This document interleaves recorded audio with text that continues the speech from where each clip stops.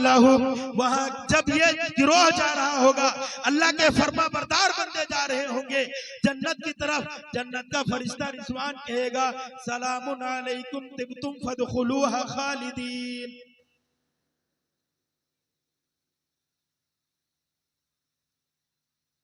कि अस्सलाम अलैकुम कौन कहेगा? माँ रिजवान, जो जन्नत का दरोगा बैठा हुआ। ये जन्नत आपके लिए बनाई गई है। ये खूबसूरत मंजर जो देख रहे हैं, इस जन्नत के अंदर, ये जन्नत जो है तुम्हारे लिए है, लिहाजा सलामती के साथ दाखिल हो जाओ, सलामती के साथ दाखिल हो जाओ।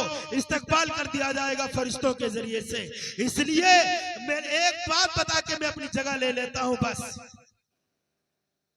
इसलिए जिंदगी ये जो दी है 60-70 साल की जिंदगी, इसको चरागाह ना समझें।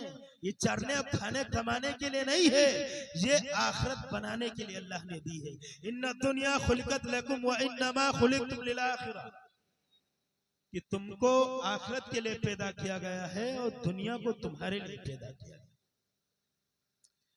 इसलिए हम सब आखिरत की तैयारी करें,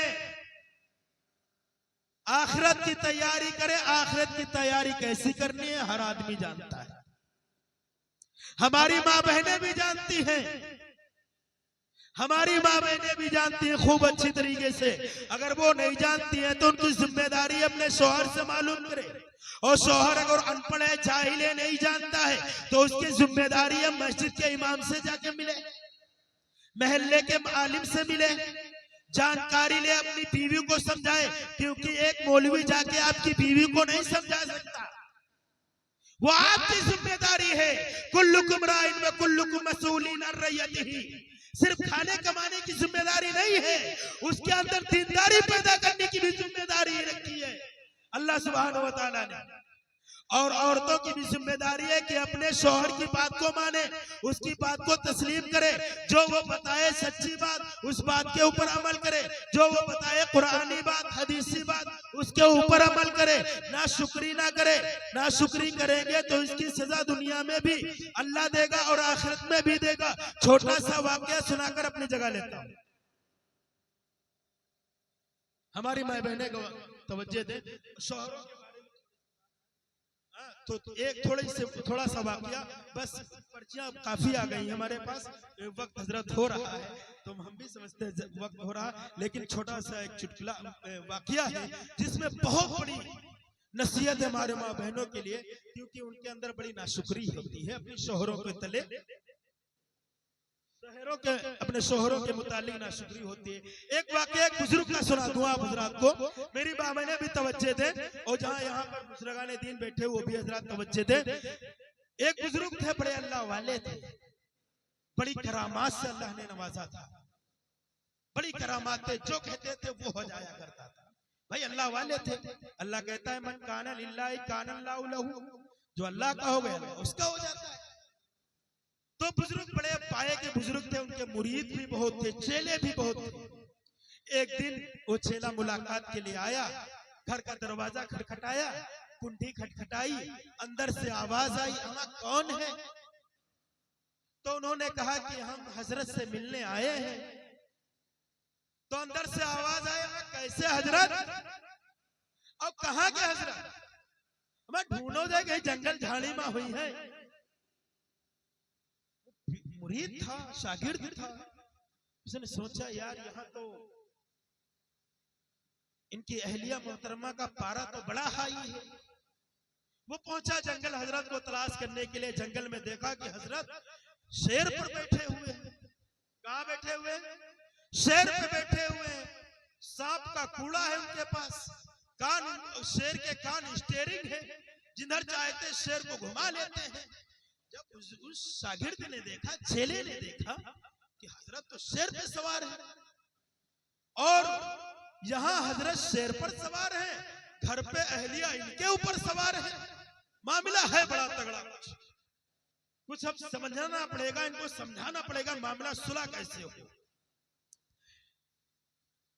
उस मुरीद ने कहा कि हजरत ऐसी बात है, आपकी और आपके अहलिया में अनबन थोड़ी ज्यादा रहती है, तो ऐसा करो, आपकी बुजुर्गी वो जानती नहीं है, आपकी करामात वो पहचानती नहीं है, आपके अंदर अल्लाह ने ताकतें क्या दे रखी है वो इससे नावाकिफ है। ऐसा करो कि अल्लाह से कोई ऐसी करामत मांगो जिससे उसको यकीन आ जाए और वो आपको बुजुर्ग मान ले। अरे कहा यह तो बड़ा अच्छा मशवरा है। कहा ठीक है, मैं उड़ने की करामत मांगता हूं। उन्होंने अल्लाह से दुआ की कि या अल्लाह, हमारी और बीवी के अंदर अनबन चल रही है, अगर हम अपनी करामत को जाहिर कर देंगे, अपनी थोड़ा बुजुर्गी को जाहिर कर देंगे तो हमारी आपस में बननी शुरू हो जाएगी। अल्लाह हमें उड़ने की ताकत दे दे। अल्लाह ने कबूल कर लिया, उड़ने की ताकत दे दी। तो शागिर्द ने कहा कि हजरत, जब उड़ना तो अपने घर के ऊपर से गुजरना, उड़ते उड़ते अपने घर पर से गुजरना, ताकि आपकी अहलिया मोहतरमा आपको उड़ते हुए देख ले और बुजुर्ग तस्लीम कर ले। कहा यह भी मशवरा अच्छा है। बहरहाल वो उड़े और अपने घर पर से उड़ते हुए जा रहे थे। उड़े गए, उड़ते, फिर जाके अपने मकाम पे उतरे, फिर घर में आए। घर में आए तो बीवी ने कहा बहुत बड़े बुजुर्ग बना था। बीवी ने कहा बहुत बड़े बुजुर्ग बना था। अब बुजुर्ग तो वो थे जो हवा में उड़ रहे थे और हमारे घर पर से गुजरे थे। तो बुजुर्ग ने सोचा वाकई में तावा गर्म हो चुका है, अब हथौड़ा मार दें, क्योंकि जान गई कि ये बुजुर्ग कोई गुजरा है तो हम बताने जाए। तो उन्होंने कहा अमा कम वक्त, वो मैं ही बुजुर्ग था जो मैं उड़ रहा था। बीवी ने फौरन पलटकर जवाब दिया, इसीलिए टेढ़े टेढ़े उड़ रहे थे। देखिए, सोच देखिए, कहा टेढ़े टेढ़े इसीलिए उड़ रहे थे। अम्मा कोई दूसरा बुजुर्ग था तो वो सही उड़ रहा था। जैसे ही बुजुर्ग ने कहा कि मैं ही उड़ रहा था, फौरन बदल दिया लहजे को, कहा इसीलिए टेढ़े टेढ़े उड़ रहे थे। ऐसे ही हमारी माँ बहनें हैं, हमारा भाई, हमारा बीवी, शोहर जो होता है बड़ी अच्छी मेहनत से कमा के लाता है, एक कुछ हदिया ले आया, कपड़ा ले आया, जाके और बीवी को पेश कर रहा। बीवी कह रही है क्या उठा के टेरी कार्ड ले आए हो, ये क्या चीजें खरीद कर ले आए हो, मुझे पसंद नहीं। कपड़ा तो वो है जो हमारे पड़ोसी ने पड़ोसन को ला के दिया है, या कपड़ा तो वो है जो हमारे भाई ने हमको दिया है, हालांकि शौहर उससे महंगा लाके दिया है और भाई ने 200 वाला दिया और शौहर ने 600 वाला दिया, लेकिन वो पसंद कर रहे भाई शौहर की नाशुक्री।